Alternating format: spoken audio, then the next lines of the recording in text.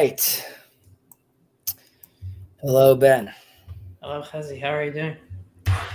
Bless the Lord. I am doing generally well. I was mentioning to you, I'm a little under the weather. I don't know why. It's summertime, but something about my throat. What else? I accidentally shaved my beard off. Accidentally. Wow. Well, I slipped, and then at that point, I was committed.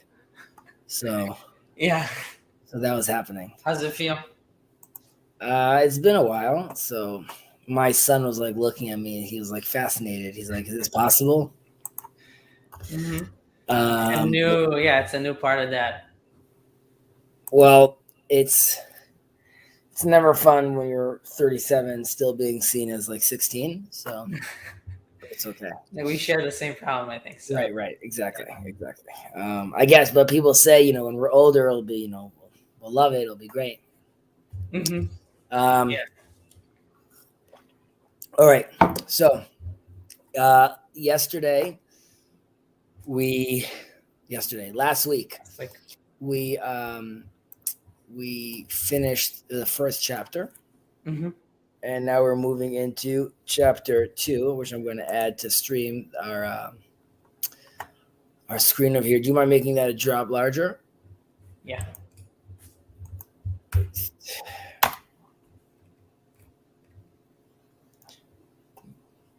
Yes, Andrew. I shaved. All right. By the way, did you go to this DC conference? No. I did not know. All right. I only go to West Coast conferences. I don't travel east. I see. Excuse me. All right. You'll forgive me if I clear my throat. All good. And Andrew, obviously, you're welcome to join if you'd like. Okay, let's take it away. Chapter 2 of Pirkei Avot. Rabbi Omer, איזו דרך ישרה שיעבור לו האדם. כל שהיא תפארת לעושה ותפארת לו מן האדם. והווי זהיר במצווה קלה כבחמורה, שאין אתה יודע מתן שכרן של... Does it scroll down over there? Sorry. של מצוות, והווי מחשב הפסד מצווה כנגד שכרה, ושכר עבירה כנגד הפסדה, nice, a long one, והסתכל בשלושה דברים, ואי אתה בא לידי עבירה. דע מה למעלה ממך, אין עין רואה ואוזן שומעת, כל מעשיך בספר נכתבים. Okay, so let's see where we... in our English translation over here, and we'll go through this as we do generally, like section by section. Rabbi said, which is the straight path that man should choose for himself? One which is an honor to the person adopting it, and on account of which honor occurs to him from others. And be careful with a light commandment as with a grave one, for you did know not the reward of for the fulfillment of the commandments. Also, reckon the loss. One second. I lost this over here. Reckon the loss that may be sustained through the fulfillment of a commandment against the reward occurring thereby, and the sin that may be obtained through the committing of a transgression against the loss entailed. Thereby, apply your mind to 3 things, and you will not come into the clutches of sin. Know what there is above you, an eye that sees, an ear that hears, and all your deeds are written in a book. All right, so it ends also ominous. Yeah, I looked at several translations, and this was like one of the English one was one of the shortest ones. So usually the English ones are like way interesting. Mm-hmm. All right, so first of all, who is Rabbi? So we know Rabbi is Rabbi Yehuda Hanasi, right? Judah the prince, and he's the son of Rabbi Gamliel. Remember, we have like 3 different Rabbi Gamliels, but he's the son of Rabbi Gamliel. And I mean, he's also putting this all together, so he's sort of speaking about himself, right? He could have been writing like I said, Right. but he's just, saying Rabbi says, talking about it in third person. And it's also interesting, which is we are invited over here to see that he's no longer said kibel mehem. Like he's not telling you like this is part of the tradition. Rather, this is happening live. I'm telling you this like right now, like as like, in current events, so to speak. When he's writing this, like this is happening. He's not saying like, oh, like I learned from them. Like this is what I'm teaching.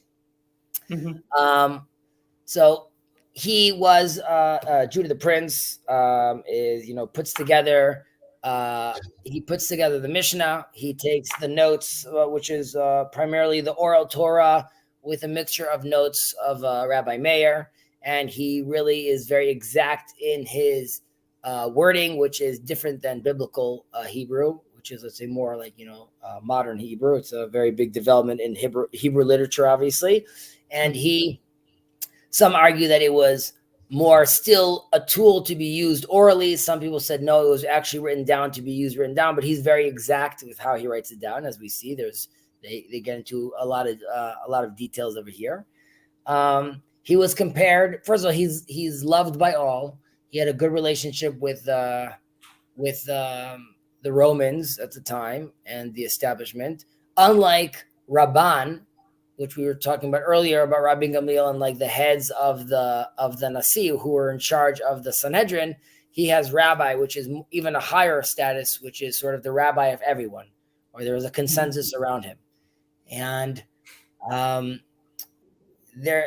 Gemara goes even as far as to mention that up until Rabbi Yehuda Nasi, it was only Moses had also this balance of leadership, both political and spiritual. Not that Judah the Prince was greater than Moses, but he also managed to maintain like this great balance of leadership, both political and for as far as the community, and being like a spiritual leader as well. And his sons, after him, they become the Nasi. So as far as Judah the Prince context, I would also mention that because he was a prince, he did live like a life of luxury, so to speak. But personally, he saw himself as someone that was very removed from like these worldly things. Like he wouldn't really eat fancy food personally, or take like or be dealing with blanking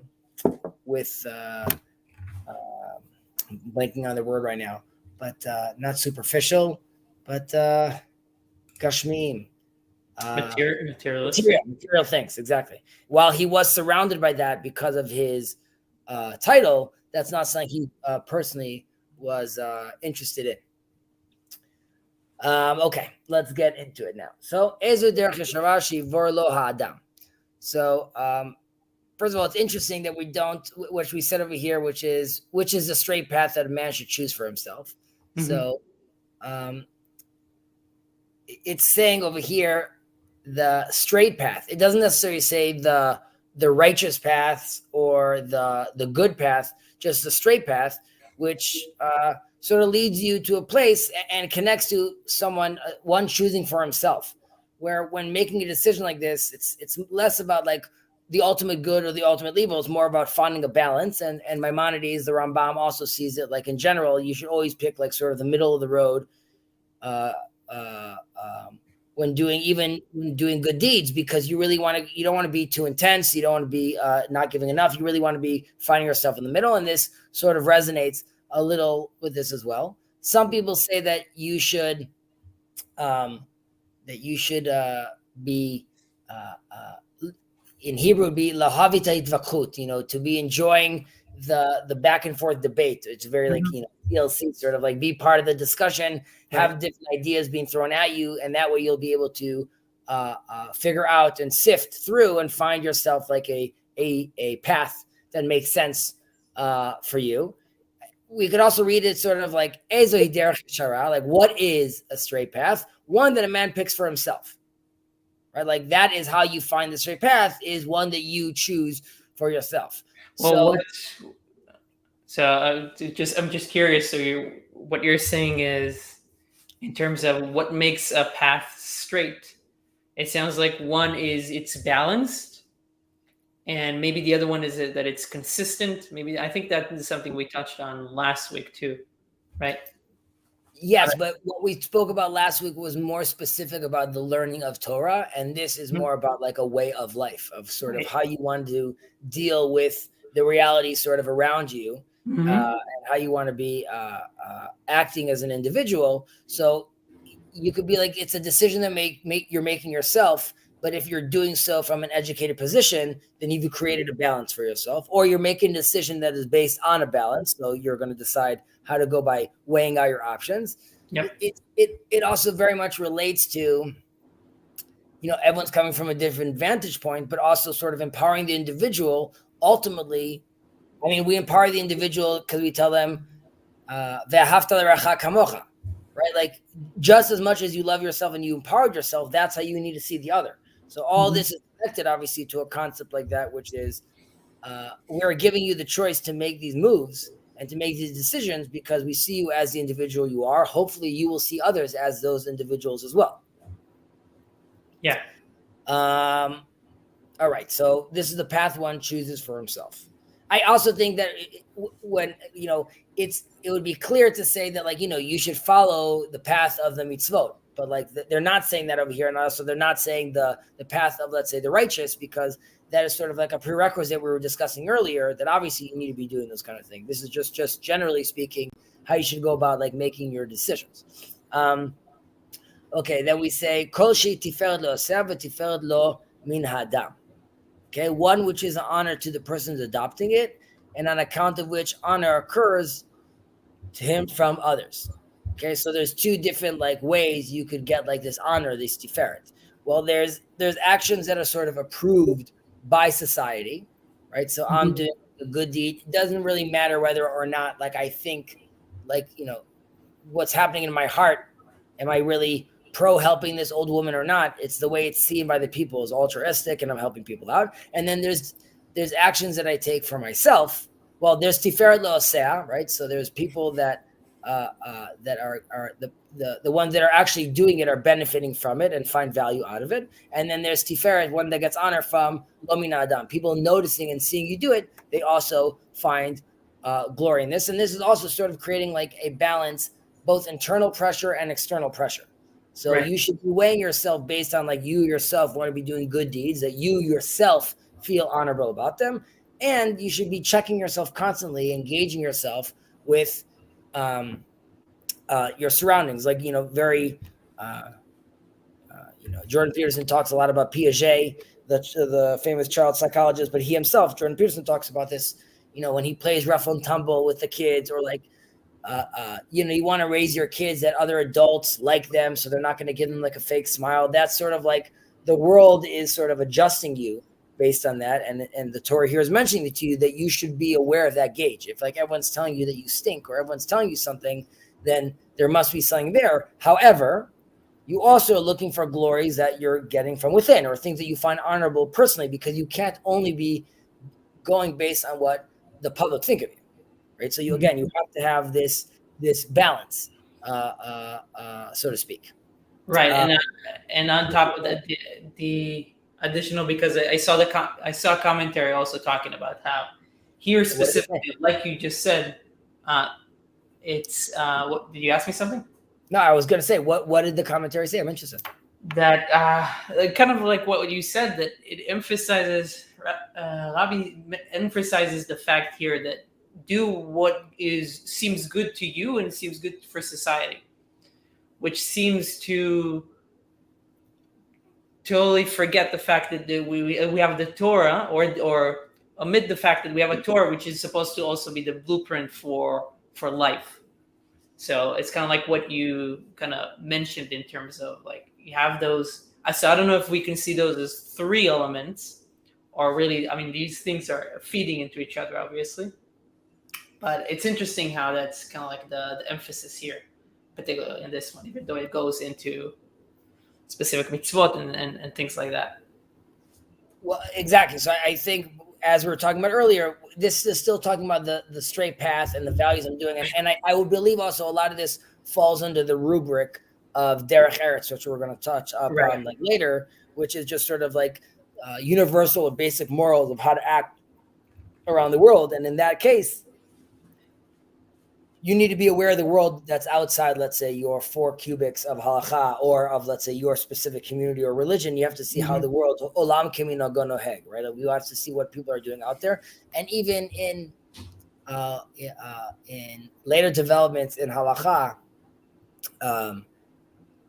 there is definitely a recognition from the rabbis that there could be bottom up, emergent sort of halachot or demands or wants from the community that need to be met with sort of Torah and then sort of sanctified or approve of such an action, even at times where it would seemingly be going against what we originally thought. But there is like a part to see like what the world is doing around you and see how that could also shape and move the whole community and specifically a person, obviously like as an individual as well. All right. Kol shi tifred lo sev tifred lo min adam. Vehave zahir b'mitzvah kala kebechamura. So and be careful with a light commandment as with a grave one. So what are we saying over here? So this is like unlike general actions that we were just talking about earlier, right? This even puts it more into context. The general things we were saying, okay, you could be a little more loosey-goosey, be doing it based on the beat of your own drum, and you got to choose your path. You got to create like a balance. When it comes to the mitzvah, when it comes to the commandments, don't be messing around. There, we were talking about earlier, there's a path. You should know what you're doing. And more than that, don't, first of all, yes, you need to be very careful. And it's telling us later, exactly following after this, because ein ata yodea matan scharan shel mitzvot. Okay, because we don't know the value of the actual mitzvahs and the reward we're supposed to get for these mitzvahs, and you're going to end up creating like this false dichotomy or equivalence, and you're going to start trying to make these calculations of what a bad deed gives me and what a good deed gives me, and when it's saying kala kebachamura, like you might be thinking that there is a very small transgression, so I'm only going to lose on it like 5 points. But that's not exactly how it works as far as like that point system. You might be like, oh, but I did like this great, there's a joke that before Yom Kippur, the Day of Atonement, so we say that everyone is on this balance in front of God, on this weight, on this scale. And we're all see ourselves as sort of like in the middle of the road. We could go either way. And like the weeks leading up to the Day of Atonement are weeks that you should be doing a lot of like, you should be repenting, a lot of repentance, right?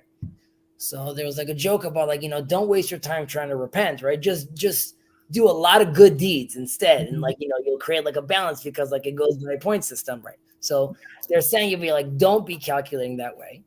1 second. I'm just gonna confirm over here that we didn't get any comments. No, it's a slow roll today, which is fine. No judgment. Okay, then you're going to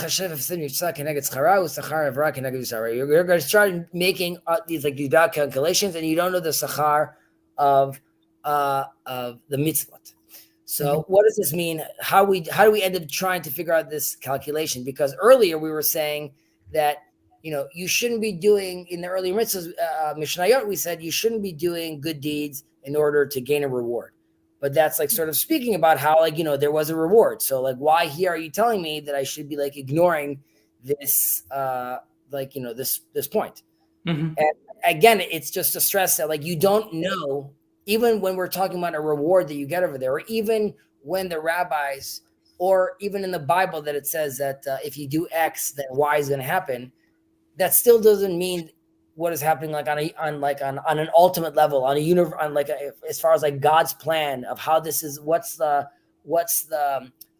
butterfly effect from your deed, right? So you can't. The system is way too complex for you to understand the implications of any one thing that you do.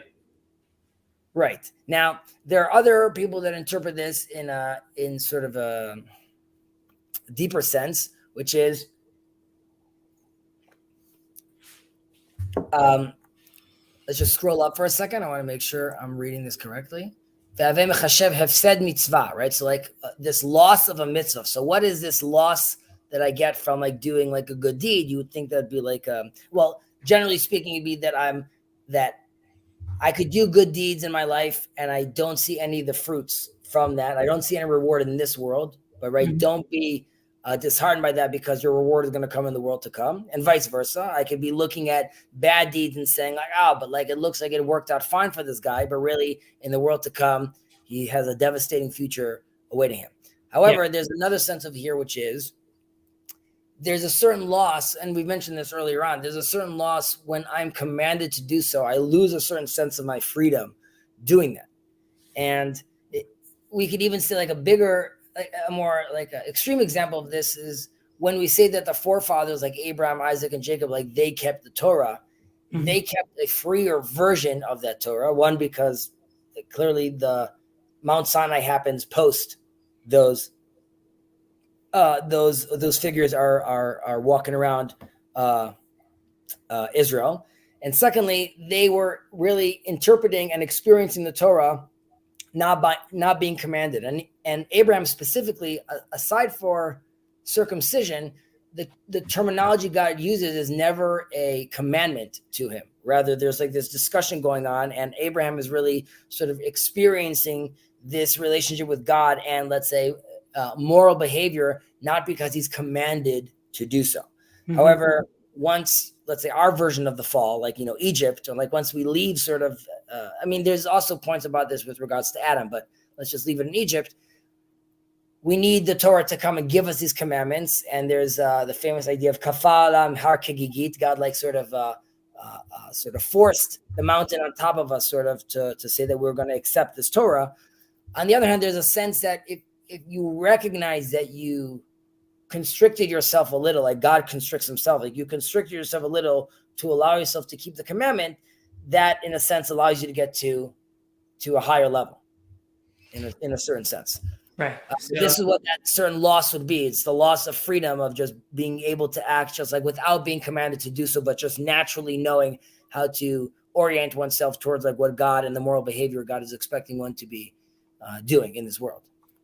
Right. Yeah. I like this. This kind of connects to this idea that I like about seeing the different levels of how you have like laws that maybe are coming from the oral Torah, so the halacha maybe, and then maybe you have like some rabbinical interpretation or safeguards around those, and then in addition, siyagim, and then around that, or in addition to that, you also have minhag or masoret, and in many ways that is something that we cherish. I don't know if even more, but in some sense even more, because that is something, or that God even cherishes even more, because it's something that we do, not because he commanded us, but because we know that he would like us to do that. Because we realized it on our own. That relates to the famous story that we've mentioned here many times in this little corner about the oven of Achnai, but ultimately after all the back and forth, and even the heavenly voice comes out and says that in the heavens we side with Rabbi Eliezer. It doesn't matter because we say lo b'shamayim. And what does that mean? We're saying it's not in the heavens. And God ultimately saying, the voice coming out saying, nitzchuni banai, the heavenly voice saying, my sons have bested me, is very much that sense, sort of when you said even minhag, when like we are building something, we're doing something, and there has been an allowance from God for us to co-create with him. And that comes with a sense of obviously a lot of responsibility, but also with some agency where we could come and say that even if it doesn't necessarily, like you just said, it's like more than a mitzvah, or can like it even in certain extent, in certain cases override even something that's written in the Bible, because there's a tremendous amount of power to the will of the people in them oriented as the people of Israel. Like God allows for an allowance for them to even best his rule, his system, as long as they're doing it from like the proper place.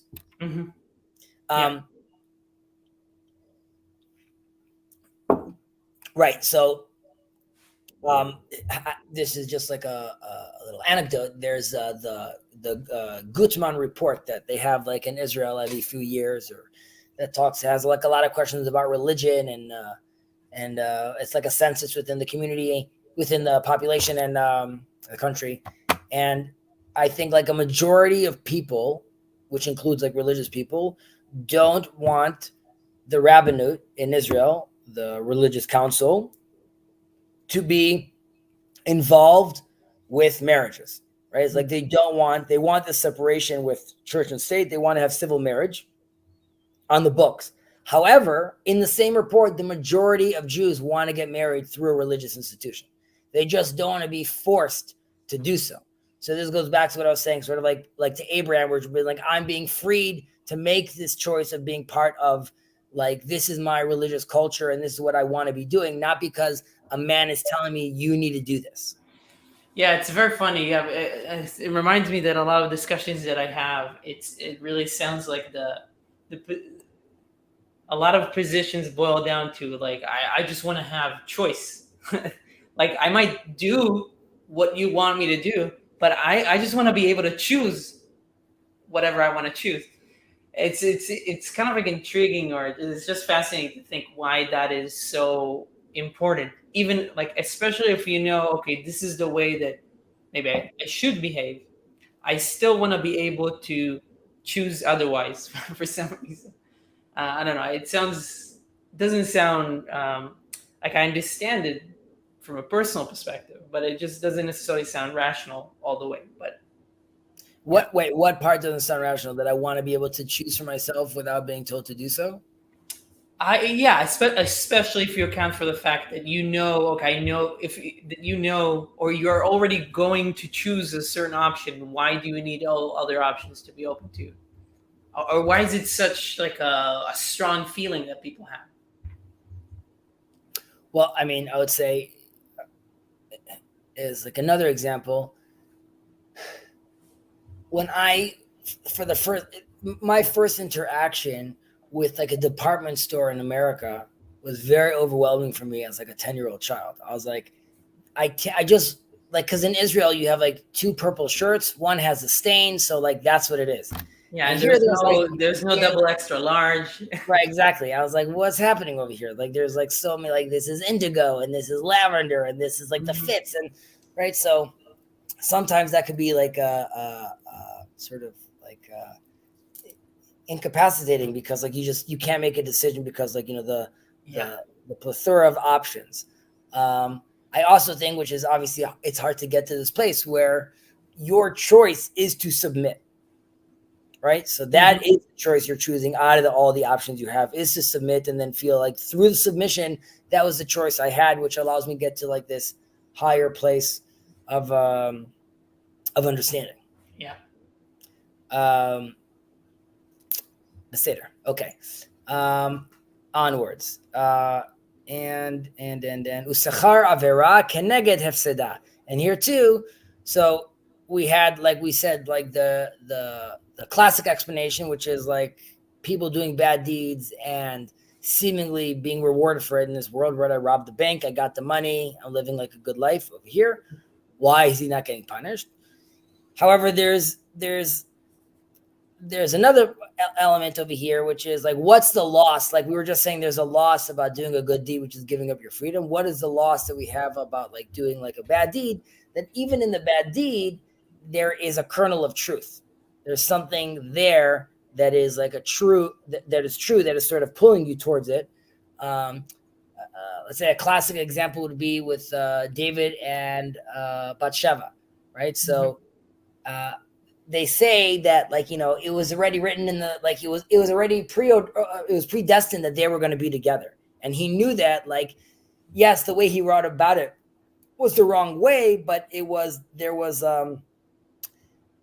ultimately there was like a kernel of truth over there that he identified and he was trying to sort of reach. And and this sort of relates to the place where like if you do something bad and then you realize like how you move up from there, like how you grow up, like sort of that U-shaped journey, right? That brings you to a place of sort of like you're wiser now. You could see how far you've come where you were, and the Torah talks about how makom shabalei tshuva umdin en tzadikim gomrim umdin, like as in like a very righteous man is still at a lower level than someone that has repented, or someone that has come back into the fold after being like, a wayward son. Yeah.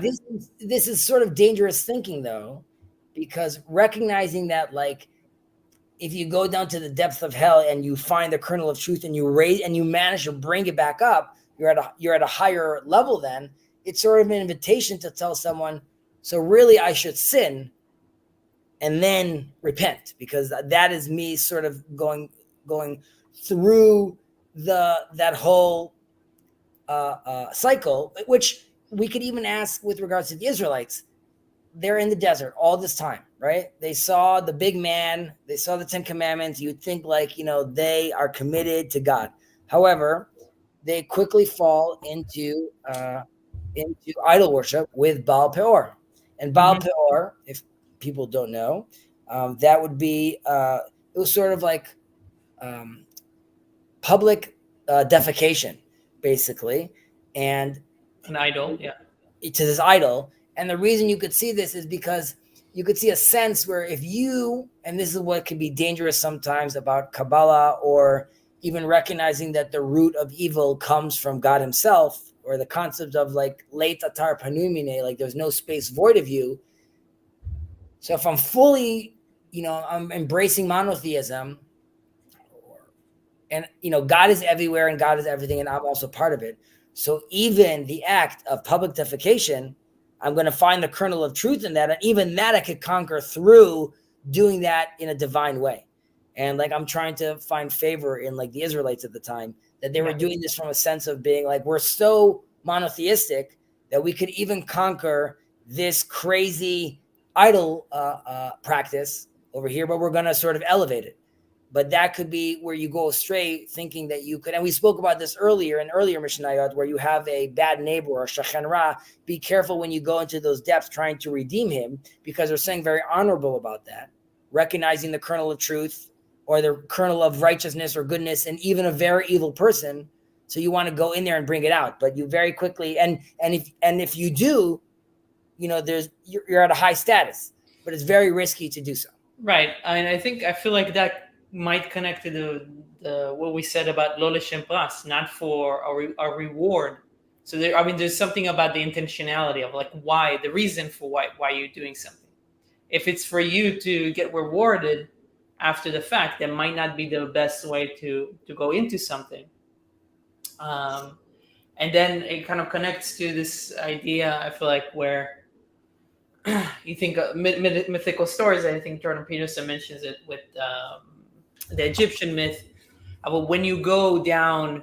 I'm not sure which character, but when you go down into the Valley of the Whale, or you go to the underworld, you might fight the evil spirits under there, but you might lose an eye in the process. So it's beyond risk. Horus loses one of his eyes. Right. So that's the real risk of like all of that, and then you might not return the same person. Like you don't know what is going to happen to you as you go through that process. Correct. You don't know what you're going to lose. Mm-hmm. Agreed. There's just to talk a little more about this idea of, like all stemming from God, and why it could be like a dangerous idea, because there is this famous woman, wife of a rabbi. I'm forgetting her husband's name. I think Rav Nachman is his name, not Rav Nachman from Breslov, but a different Rav Nachman during the Talmud period. And he has a wife, and her name is Yilta, not Yenta, Yilta. And Yilta she wants to eat meat and milk together. And she's jonesing for, like, it can't be that God has created like these restrictions in this world, which God is all holy, right? This is like an attempt to, again, like in a smaller version, to conquer Baal Peor. How can I conquer all these different industries or all these different elements? Like, why can't I not have a perfect union with God if I recognize God?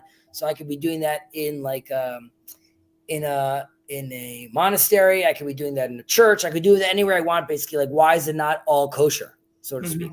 Yeah. So there's a response to her that like, we can't eat blood, but you could eat liver, and liver gives you sort of the sense of blood, and you can't sleep with your sister-in-law, but you could if she gets divorced. Like I'm saying, there could be a status where like your brother is still alive and like your sister, like, they got divorced. Could you then still be with this person? And you can't have swine, but you could have this kind of fish that tastes like swine. So his answer was, anything that the Torah says you can't do, there is a version where if oriented properly and balanced properly, you could also do that. Mm-hmm. And then he gives her the udders of the cow. Like he basically barbecues the udders of the cow. And to her, he says, this is the kosher version of meat and milk, because I took like the udders that like create the milk and I barbecued for you, like, it's the meat that you're eating. And this is how you could do a kosher balance of that. And the idea was to show her, not because she was just looking to like party, rather she was attempting to really find that space where like everything could be sanctified, which we know with Aaron's sons, they are indeed holy. But, and there are even rabbis there are even interpretations that they're at a higher level than Moses and Aaron. But when you're at a higher level than Moses and Aaron, then it's game over. You have nothing to do in this land. You just go to fire and you go back up to the sky. Like, you got to be very careful what you're playing around with, sort of like at that level, or you're trying to find this balance where I could be like the holiest person. And if you're not oriented or configured properly, that could be devastating. Mm-hmm. All right. Okay. Okay. So now, if you want to steer away from these bad deeds, there's three things you should know. Dama lemala mimcha, ayin ra'ava ozen shomat, v'chol ma'asecha b'sefer nichtavin. Right, that you should know that what's above you, meaning God. Everything is seen and everything is heard by God, so to speak. Mm-hmm. Sort of like the pshat understanding of this. And all the things you do are written in the book. So again, like dama lemala mimcha. This is interesting because they could just say dama lemala, know what's above, and what's above is God. Yeah. But the fact that they're bringing in you, again, this would be like more of like a Kabbalistic understanding, but like all your actions, they are what's determining. They are creating that butterfly effect. So know that what's above you, like the actions you're doing over here, are also creating like a print in the actions that are in heaven. And we have this also with Jacob when he goes up and down the ladder, and there's like the version of Jacob that is, well, when he's going up and down the ladder, the sages say that the angels saw him and said, this Jacob doesn't look familiar to us, or doesn't seem similar to the Jacob or his full potential worth of Jacob that we know in heavens. Mm-hmm. And they wanted to hurt him. And, God protects him from this, but this is sort of a point that we all have this version of us, the ideal version of us that we are constantly sort of going up and down from on this ladder, but we are trying to sort of always fill that potential. So here too, we're saying that dama lemala mimcha, like you should realize that your actions have consequences. You should realize, know what's above you, that the things you do down here have actions and have consequences in the world beyond. Right. So just so I understand this, what you're saying is that there's an image, there is the full potential version of you, which is above you.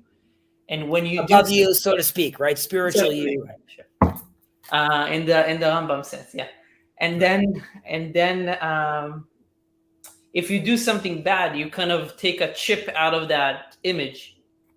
So that image so you affect the image that is above you of your full potential, right? Something like that. So this is, you could look at this, the Dorian, what's the story of Dorian Gray, that he has like this painting basically that lets him stay young forever. And he goes around killing people and womanizing, but his painting gets destroyed and becomes filthy and rotten. Right. And basically, so that would be like sort of. I have a more modern reference in mind. I was thinking about Back to the Future, where he has a picture of himself and he erases it. It erases himself. Yeah, he needs to figure out to get his mom and dad together so that he's not erased. So yeah. Right. Really, this Mishnah is talking about like the string theory and the multiverse. Mm-hmm. And we're going to address that. That's really what's going on up here. But that is a good example. Okay, so that's another interpretation of da malam malim. And ayin ra'ah ve'ozen shomat. So, like we said, we could be looking at this as God is watching over everything and seeing everything, to more of a split, which is ayin ra'ah ve'ozen shomat. There is the all-seeing eye, not like Sauron, but like God is.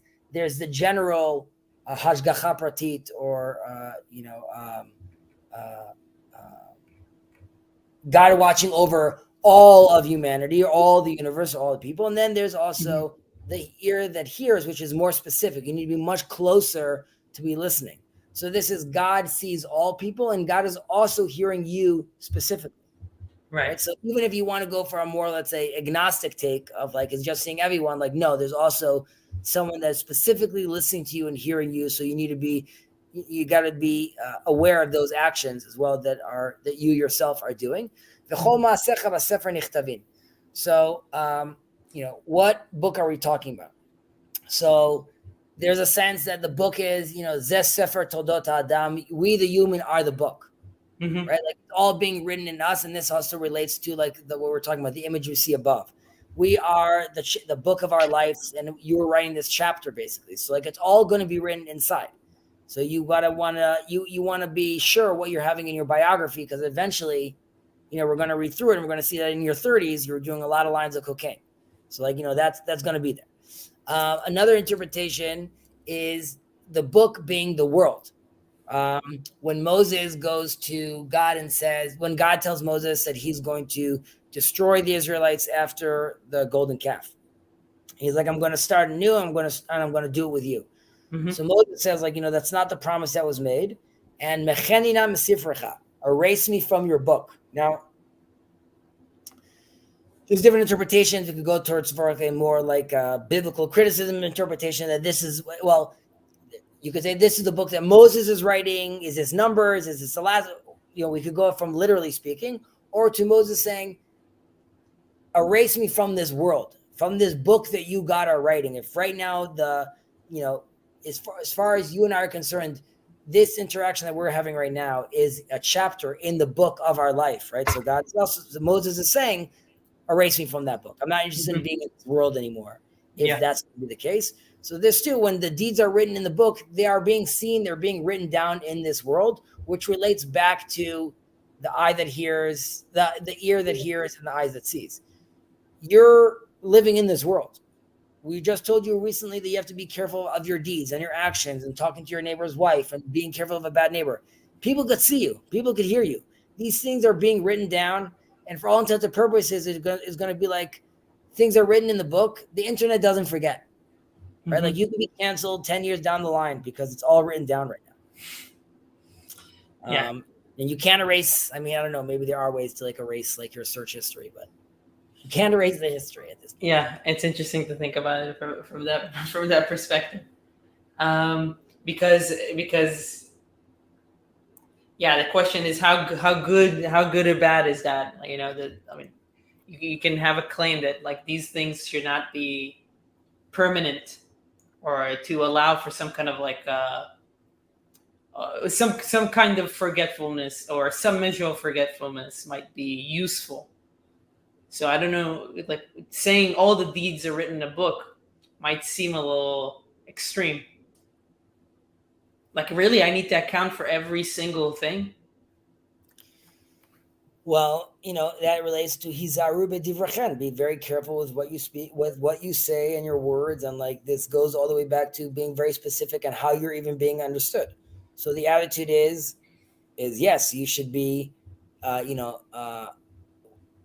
Jordan Peterson's about not lying, or people saying walk with your back. All these things need to be calculated and accounted for. Eventually, you want these things to turn into a system, right? As we mentioned in the past, the prophets realized it doesn't work. Giving people like these philosophical truths and like they need a system, right? So we create this iOS system called Judaism, which gives you which shoe you tie and which thing you bring, just to constantly make sure you're in this mindset. Which let's roll over to the next Mishnah. We'll see if they keep on hammering in this as well. Okay, where are we now? Rabban Gamliel, another Rabban Gamliel. We love these guys; they're all over the place. Okay, Rabban Gamliel bno shel Rabbi Yehuda Hanasi אומר, יפה תלמוד תורה עם דרך ארץ, שיגיעת שניהם משכחת עוון. וכל תורה שאינה עימה מלאכה, סופה בטלה וגוררת עוון.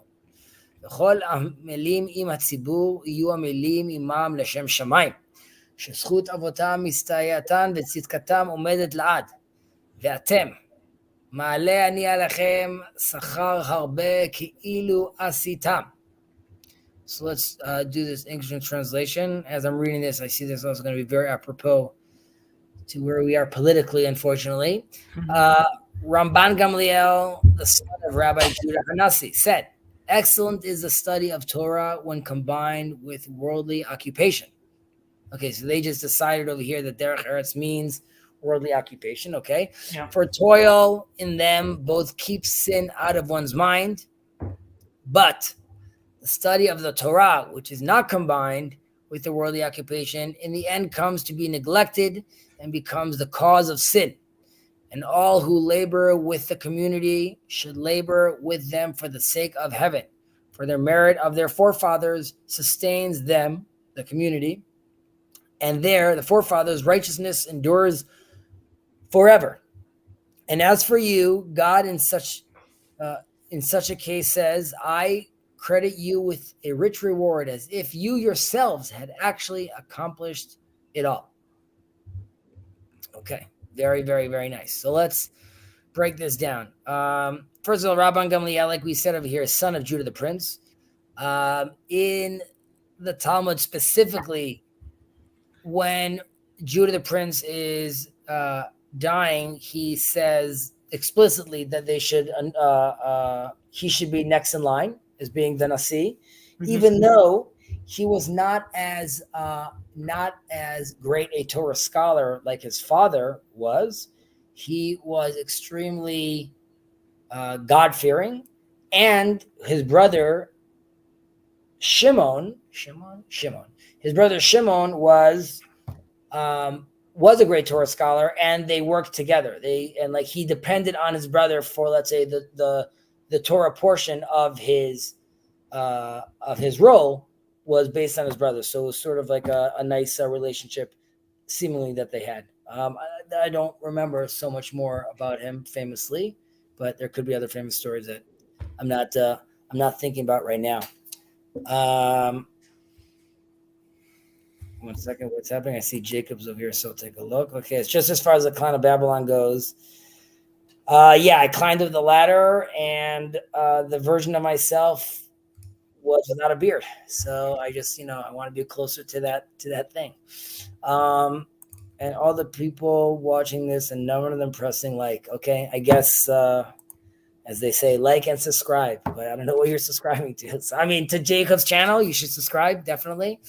Actually, I think here we're going to be knocking a little. There's going to be maybe some Zionism talk and some Israel talk. So off the bat, Jacob doesn't endorse Zionism and Israel. Israel's government is Satan's work. I hope that's good enough. That clarifies things. Yeah, I hope that clarifies things. Okay, so we said who Rabbi Gamliel was, and we're moving on. Again, excellent is the study of Torah when combined with worldly occupation, for toil in them both keeps sin out of one's mind. Okay, I don't know where meshakachat avon. Okay, so it keeps it out of your mind. So first of all, derech eretz, like they're saying over here, worldly occupation.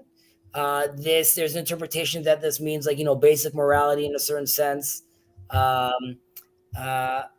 Working within the world, right? Being aware that yes, there's a spiritual world, but at the end of the day, I breathe air. I need, we need to get water out of the ground. We need to start working. So you got to be living with the reality around you as well, and living within that world, which would be like a worldly occupation, which will result in a worldly occupation. as well. So it's also interesting if you were just looking at the way the order traditionally is derech eretz, right, worldly occupation, or let's say basic morals, the mitzvot, the commandments, and above them is Talmud Torah, right? We've said earlier that Talmud Torah is like outweighs them all, basically, of like whether you're doing good deeds and things like that. Like Torah is on a we put it on the pedestal, but Mhm. here Rabbi Gamliel is coming and saying, no, I'm going to take the basic level, which is the morals, and I want to elevate it all the way up to be side by side together with what we said is the highest, which is the Talmud Torah, which is really like, in a certain sense, it's saying like, yes, of course, you must keep the commandments. However, if it's not being done through the framework of Torah, which is also framed around with derech eretz, not only being worldly occupation, but also being sort of moral and just, altogether, you need that full package, so to speak. And that is considered yafeh, which means like pretty, but usually that translation here means it's effective. As in, when you do two of these together, it bears fruit. It shows that it's an effective method to get the message across and the things you want done properly. Right. I find it interesting that it also says like the yigia, and I guess here it says toil, so that fits, because yigia or toil is like, it's a major occupation, or it's like really it's not like just dealing with it or doing it it connotes something more with like more weighty, right? Yigia is like something that you sweat over. It sounds well, I mean, specifically when it says for toil in them both keep sin out of one's mind, I think it's giving like a very practical and estimation of what the result of doing toiling in Torah study and toiling in a worldly occupation is going to just have you too busy to be thinking about other things. You don't have time to be dealing with sin or gambling or getting addicted to pick your vice, basically, because you're too focused doing this nonstop, basically. And again, this is layered on top of all the things we said earlier, that you got to find a rabbi and you got to learn and you got to make the time for the learning, and it has to be like part of your day and not just a hobby, right? So there's already all that stress on like how to learn Torah properly. And they're saying, obviously, that whole intense method of learning Torah, of course, needs to be packaged within this worldly occupation that you're doing, which also you got to be doing full steam ahead, nonstop, wanting to elevate and do great in that industry as well. yeah. So I have a simple question. Both of these things. Now, because the whole Torah she'eni ma'melacha sofa betela vegoreret avon, right? But the study of Torah, which is not combined with the worldly occupation, right? Whether that is learning Torah in a moral sense also, as in, am I just learning, but when I walk across the street, am I not paying attention to the poor, to the hungry, to the sick? Or learning Torah and at the same time not having an occupation and a job and sort of participating in society, so to speak, and also doing so morally. But both of those are actually options of like interpreting these things. But either way, it ends up coming to be neglected and becomes a cause for sin. So here too, because it's just not a sustainable framework. And unfortunately, we see this very practically playing out like in Israel right now, which is if it's only studying and there's no working, then you don't have a system it's not self-sustaining. And yes, there are over the generations, there were very successful Jews that managed to take their funds and sort of divvy it out and spread it out and have a few more generations sort of live off that. But ultimately, that's breaking. And if there's a demand from the rest of society to be sort of floating the bill, this creates a very big tension. And I should mention that historically speaking, this has never been the case. That society foots the bill. Rabbi Yeshua was a blacksmith. I mean, he famously, they come to him and they say, I believe it's Rabbi Yeshua, come give us your ruling. And he says, if you have someone to take my place being the blacksmith, I'll give you a ruling. But like, I'm working right now. These are working hours. And Maimonides, by the way, talks about this because he comes out very hard against this, also about like, there's you can't get paid for teaching Torah. But he makes it very clear. I think it's worthwhile reading for a second, just in this context. 1 second. Sorry, Maimonides, Talmud Torah. Okay, well, actually, I didn't open up his fire. I opened it up over here in something else. I'll just do a loose translation. Anyone, this is Maimonides saying, anyone that sets his heart on the study of Torah and doesn't, 1 second, let's put the screen up. There we go. And doesn't want to choose a life of occupation and is only being sustained by charity. He is desecrating God's name. Torah, and he is it's an affront to the Torah. And he has turned off the great light of the religion. And he's causing himself damage. And he is extinguishing his merits in the world to come. You can't just like enjoy Torah study in this world in the sense that like I'm not working, I'm just sitting and learning all day and I don't have to be worried about anything else. Like you're just, I'm just sitting and learning Torah all day and I don't have a care in the world. That's a very big affront to Maimonides. As you can see, he's coming about this he's being very intense about this. And then he keeps on saying that the sages say that you can't make it your graveyard and you can't just make it your crown to just be gaining attention out of it as well. And it says, as we've mentioned in our Pirkei Avot as well, like Ehovet HaMelacha Usnet HaRabbanut, right? Mm-hmm. Okay. Maimonides is very, very intense about this. That there really is no place for the society to be funding this. And he mentions, not in what I read, but we shouldn't think that in the times of the sages, people weren't righteous and people weren't giving charity. Just the rabbis did not expect it, nor did they ask for it. There were always very, very poor people that got help. There were very rich people. There were very rich rabbis and there were very poor rabbis. And they spoke with each other and ate with each other, but there wasn't this sense of like, oh, well, I'm just going to pay for all of you and that's fine. And I'll end on this rant just politically, specifically. There's a sense that there's more Torah than ever before today, right? We have all these people learning. So like big deal. So there's 50,000, there's 60,000 ultra-Orthodox youth in Israel that are not joining the army. Big deal. Mm-hmm. Question is, out of all this Torah learning we have out there today, how much of it is real Torah? Like how much of it do they even understand what they're saying? Or how deep are they going into their learning?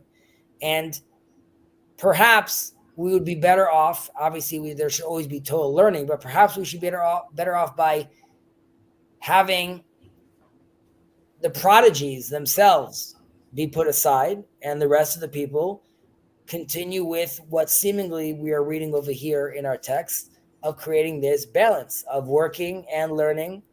And Maimonides himself, right? He gave himself 34 years, so to speak, of deep study and learning. And then he went and got a job.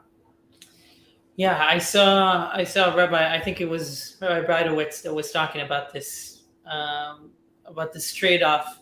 It used to be that yeshivas were really for the elite. So you would only have very, very intelligent, very smart people go into the yeshivas, and the yeshivas were was at a certain level. But now, well, there are way more people coming to yeshivas and they are at different levels. So you need to accommodate for that. So you have more quantity, you have more people that are coming in, but you are sacrificing on some of the quality of that because you need to accommodate different levels of understanding.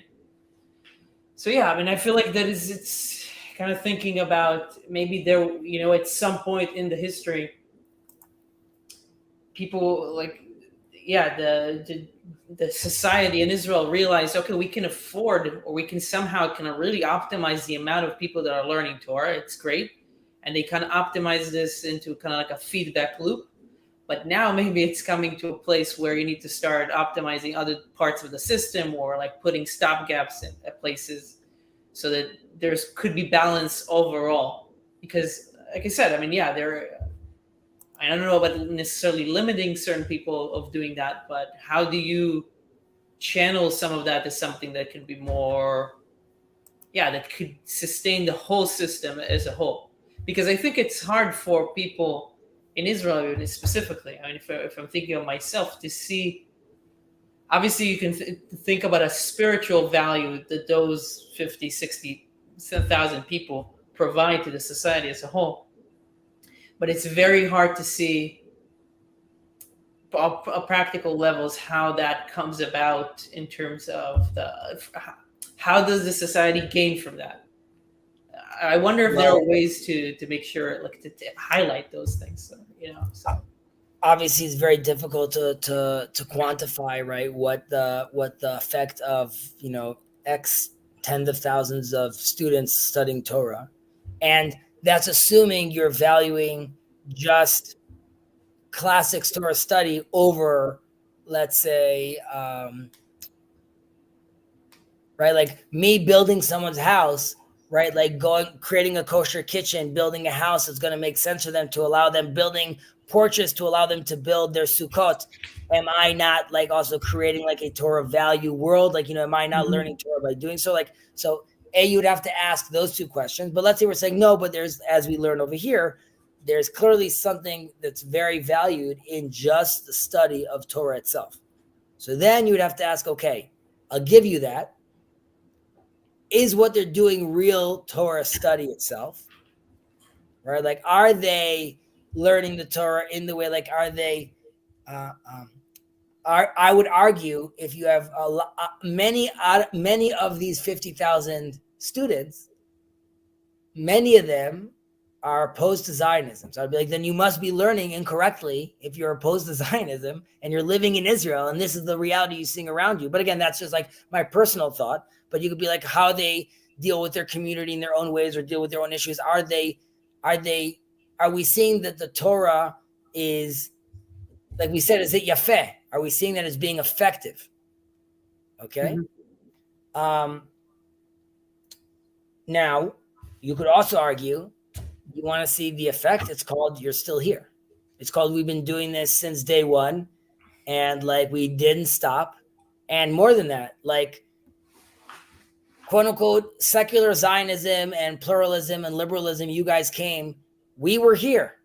We never left. We were always learning. Sometimes it was a minority, sometimes it was this bigger minority, but we were always here, right? Keeping the flame alive, doing the thing. And that's the name of, that's the language you use and the country you're in.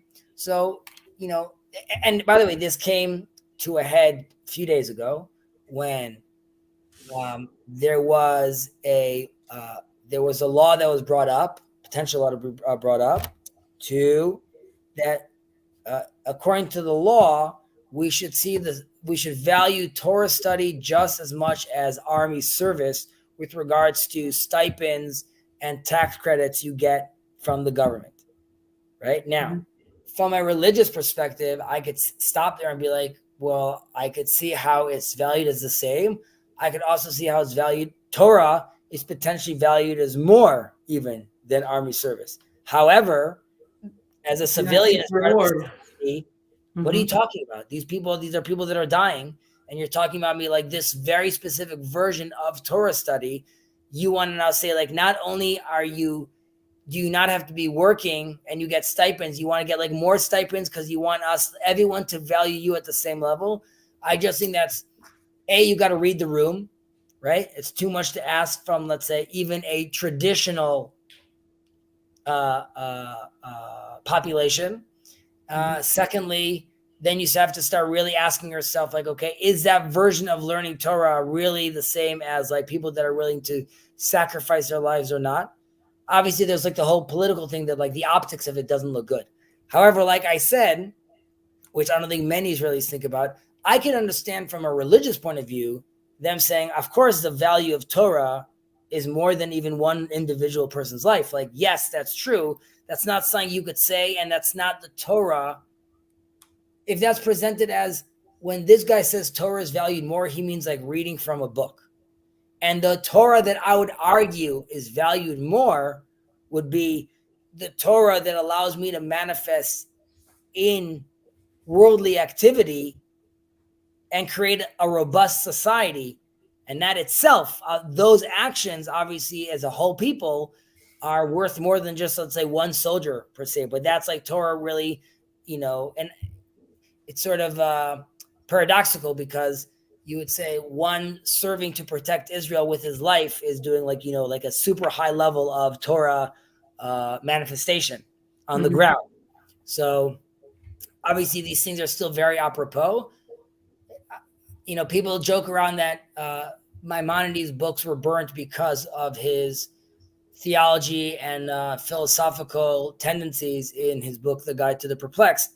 However, you could also say, based on what I was reading earlier, that the Maimonides' books were burnt because his take on the need to learn Torah together with work, which many people are a fan of. Hello, Yosef. You're welcome to join as well, sir.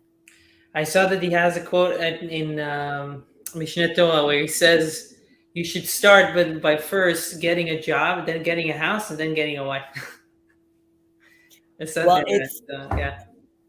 the Gemara talks about is you must teach your son how to swim, and swim is less. I mean, there's the actual swimming action of teaching your son how to swim, but there's also teaching your son how to swim as and navigate himself in the world, survive in the world, survive out there in many other situations. And whether that's teaching him how to fish or teaching him how to use a pocket knife or teaching him how to be a mensch, either way, those are all things that are supposed to be happening as part of the structure around which then you would engage the Torah. Of course, through the Torah itself, there are many valuable life lessons that you could learn. And then with acting, and ideally, then you'd be taking those teachings and those commandments and then manifest that moral and that commanded action as well, altogether, is manifesting in, what would we say, derech hayashar, as we were talking about earlier. Yeah. By the way, our prayers and wishes go to Yosef. Some of his family members are unfortunately sick with COVID, even though that's such a 2020 thing. Regardless, they should be blessed with a speedy recovery. And in the meantime, when they're at home, the silver lining will be that they're safe at home and spending some quality time together. So I hope that that works out well. Okay, we'll continue where we were. Where did we stop off?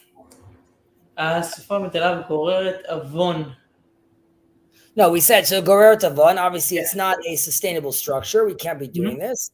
V'chol Torah she'eni ma melacha sofa betela u'goreret Avon. Exactly. V'chol amilim im hatzibur yu amilim imam l'shem shamayim. So this is like the legit nonprofit action, right? To be doing this, the people that are working with the Amun, that are toiling together with the community, yu amilim imam l'shem shamayim. They're doing this for heaven's sake. Okay, it's very important that they're doing this for heaven's sake. Shezchut avotam mesayatan v'tzitkatam omedet la'ad. So there's different ways of interpreting this. One is that because they're doing it for heaven's sake, for real, and it's nonprofit for real, and there's no vested interest, you're not necessarily going to be able to compete with the other people in the political game. Right? If I'm not going to take that super PAC money, and if I'm not going to be doing those trash those trashing campaigns, my numbers are going to suffer. So the Mishnah is telling you that you will be rewarded by your forefathers' deeds, and they will bridge the gap. They will create this affirmative action, so to speak. You'll have a spiritual affirmative action allowing you to bridge that gap, because it's more important that you really play it clean rather than you get ahead, and will assist you to get ahead. Right. There are other interpretations that are saying that because you are already in this field of, let's say, the political action, working for the community, there's no version of you not getting your hands dirty and being a little corrupted by this. As we said in earlier Mishnahs, that, like, being in these positions of the reshut could cause you to stray from the paths of the straight and narrow. Either way, you're going to be protected by your forefathers' blessings and deeds. So even if you transgress, we'll still protect your whole endeavor, generally speaking, because for your forefathers' sake. So that's like another way of looking at it. V'atem ma'aleh ani alechem sachar harbe ke'ilu asitam.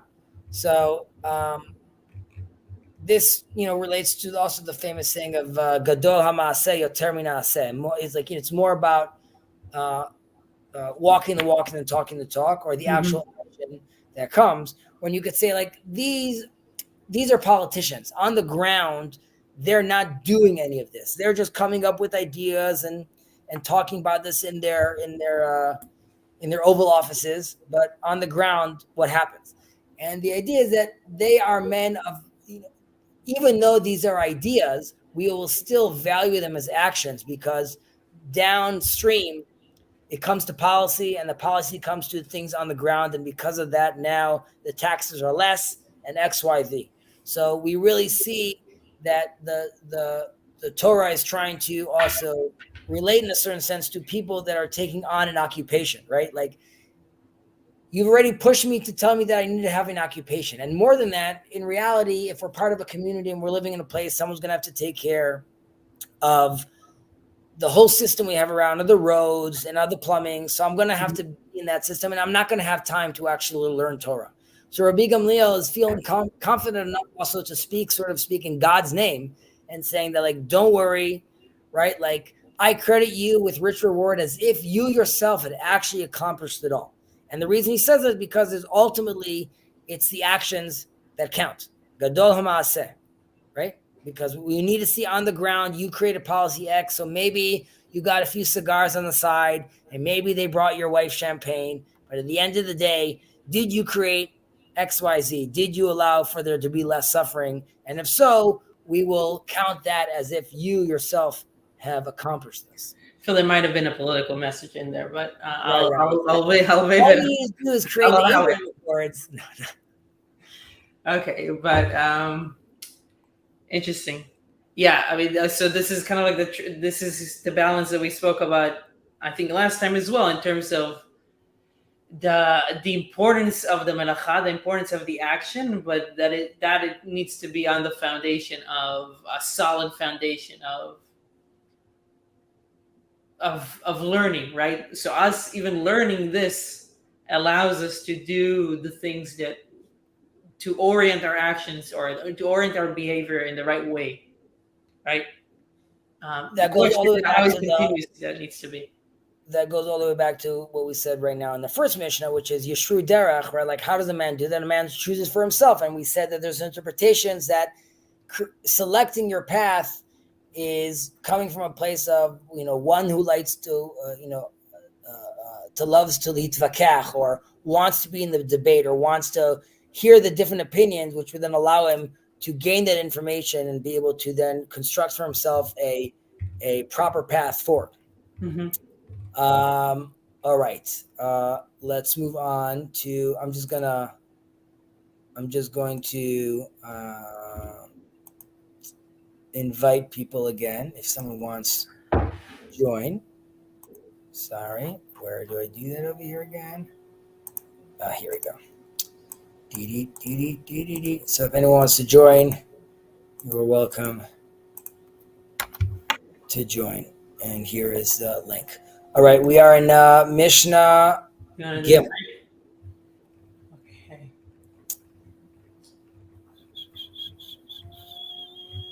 All right, nice and short. Okay. הבו זהירין ברשות, שאין מקרבין לו לאדם אלא לצורך עצמן. נראים כאוהבין בשעת הנאתן, ואין עומדין לו לאדם בשעת דחקו.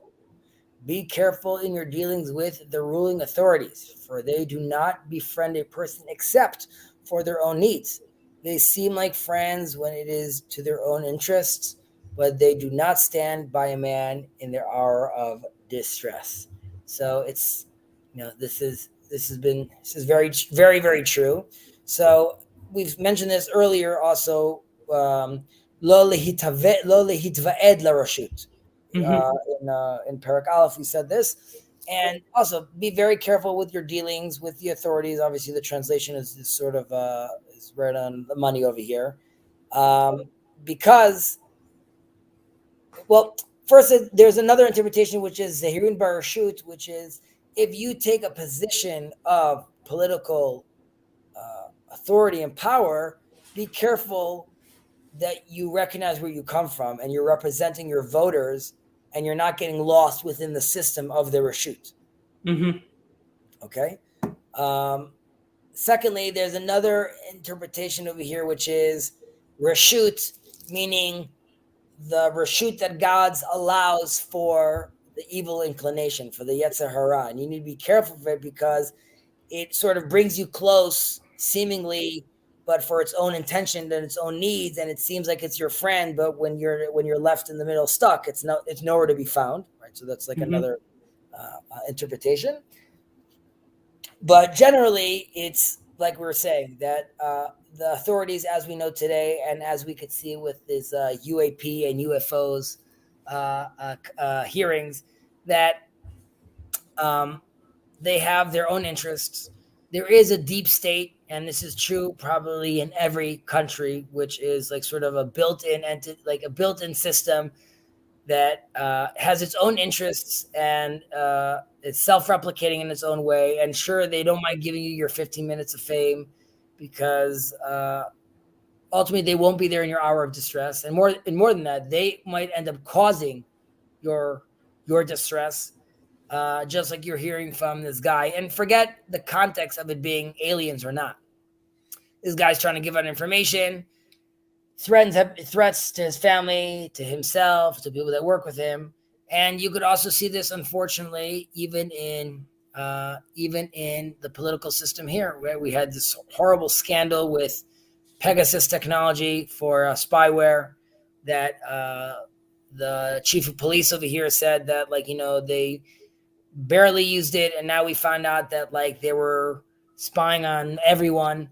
So the authorities are extremely, extremely sneaky, and we are in a generation which seemingly people forgot this. I like calling it the Walter Cronkite era, where if he told you the news, I guess that's what the news is, and that's what it is. But now we realize that everyone in these positions of power is bending the rules, lying, playing games. I've mentioned this before, that if we had the same level of scrutiny and cameras today, you'd find a picture of Gandhi really eating when he was supposed to be fasting, because we see that. And as the mask is slipping, because you also have a generation that doesn't keep up with the internet and technology with regards to understanding how pervasive and how, using the terminology we used before, an all-seeing eye and an all-hearing ear. It's very hard sort of to hide that.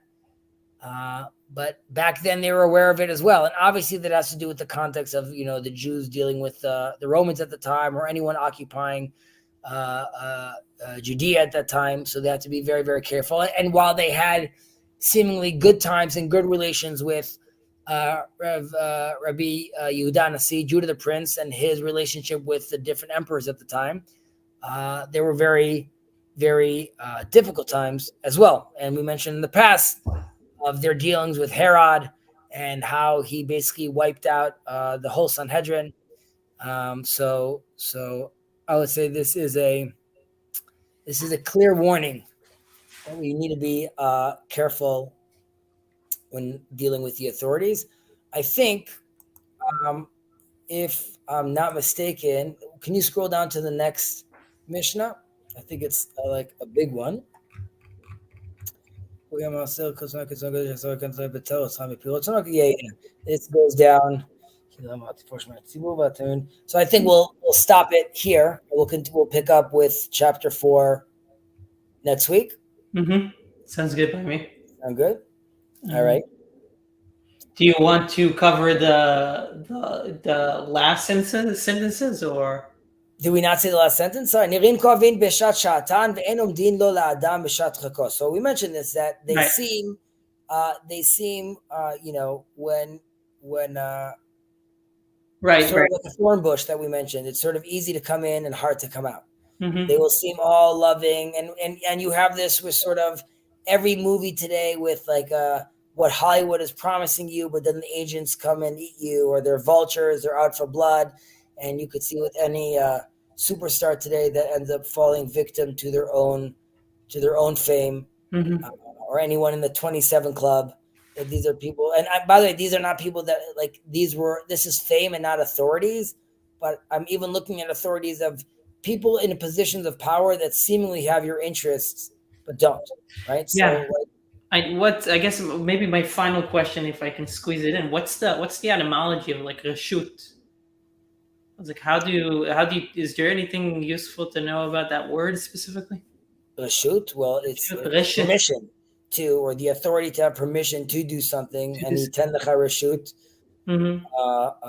the option to do something, right? I'm saying kol tzafui v'reshut natuna, right? Everything is known, but you still have the option to you have free range, so to speak, to do your own thing, which relates to sort of more like free will.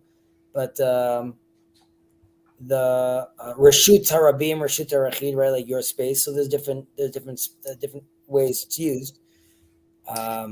Yeah, for some reason in my mind, there was the image of a reshet, like a web, like a reshut, an authority becomes this complex web of goals and incentives that entangle themselves. So it's very hard to get out of that as well. Or That's interesting to think about it coming from that context. Reshut. I wonder if it does have to do with if there's any sense of it that relates to netting. I don't believe so, but I'm always open to hear. What do we have over here from our boy? If I was a corrupt politician, I would just buy a bunch of pistachio ice cream via room service. The people that are okay, he's ripping on Sarah. It's all good. By the way, just on that note, because we were mentioning this earlier, like, is it good that everything's remembered? Is it good that everything is written down, right? Like, it would be good for people to forget a little.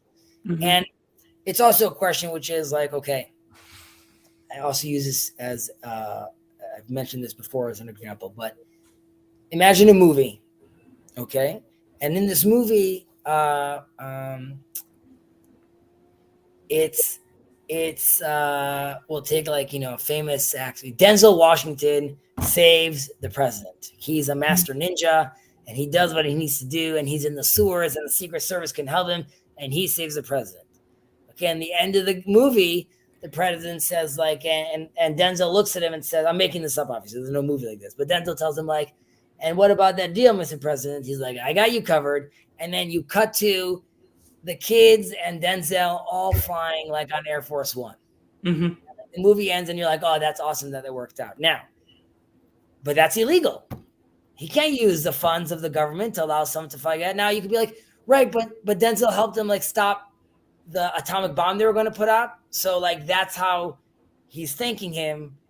And like, as a society, we should just be like, yeah, great, awesome. Like, there wasn't the atom bomb. However, so like this, in focusing like on Israel, I'm using Bibi as an example. There's like the cigars and there's the cigarettes and there's Milchin, and now we found out that Milchin was really doing stuff for the government, and there was times that he was doing things for the Mossad. And then the question is like, okay, like the Abraham Accords is a good thing, at some point, did something illegal happen across the way? As in, did someone meet with someone that he didn't have authority to meet? Like, I don't know, maybe, but maybe that's how the cookie crumbles. But Mhm. like, there was a certain sense where we didn't see anything, right? The kitchen was completely, in architecture terms, the kitchen was another room, and you didn't want to see the mess. And you came out with the food, and like it's just like amazing. And I don't know how my wife does it. She's a miracle, right? And now you have like the open layout, open kitchen space, and like we're part of the conversation. But now I could see that like, oh, like that's the kind of sugar you're using, or that's like what you're putting inside over there. Mhm. And but don't you like the salad dressing? Yeah, I did, but now that I see it, like I don't know if like we should Yeah. what's it called. So like there's the question if like if you are fully having the light shine on this wound, like it's a little painful also to see it happen. And can we can we handle the fact that there are always games sort of being played underneath, but those games allow the system to move forward. You can be like, no, no, no, it all has to be above board. Mhm. Okay, so I guess there won't be a peace deal with Putin because to make that happen, I had to pay this guy to fly me across the border, and he was supposed to get paid with like illegal money. Where did you get it from? What does it matter? Like, there's peace now with Putin. So I don't know what your feelings are, and if that makes sense. Yeah, I understand. I understand the point.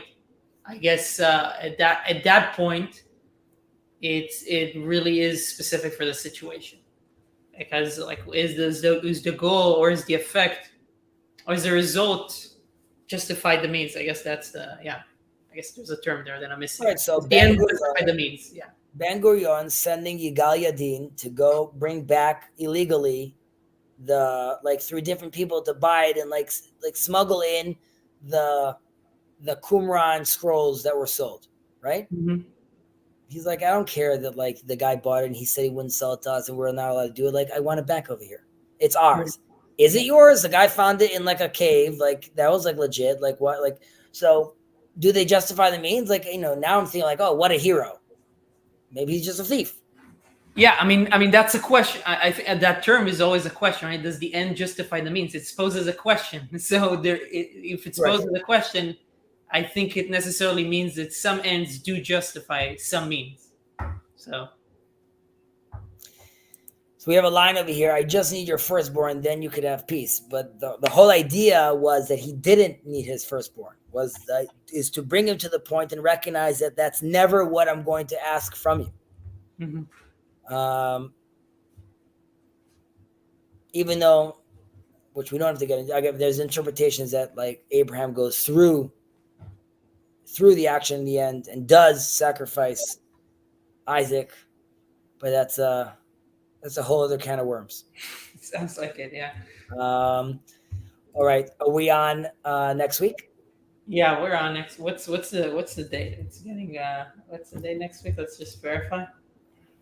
It is the 7th. Yeah, we're on. 1 second. I want to just ask Elijah, does he want us to bring up any like Christian topics? I just know he really likes when like on Bible talk or Pirkei Avot, we bring up, I could just say Paul, say Yeah. Matthew, is that like enough? Or like, do you want us to actually get into it? Okay, but stay there. Sir, this has been fun as always. All you watching, much appreciated. As always, you guys are welcome to join, participate, and ask questions. Mhm. And if at any point to those listening, you want to join and participate live with us, also, of course, that's okay. And if you'd like me to slow down or any other comments, please feel free to share. Shana Tova. תודה רבה. Thank you, everybody.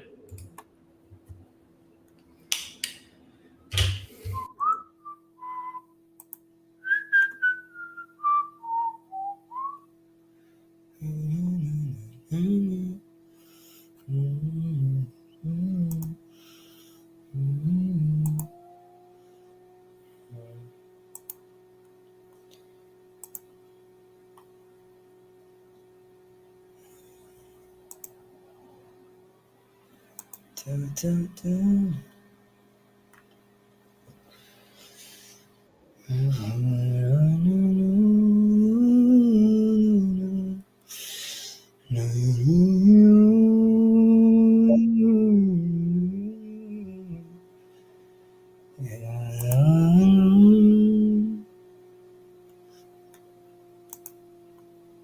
Oh, I'm still live here.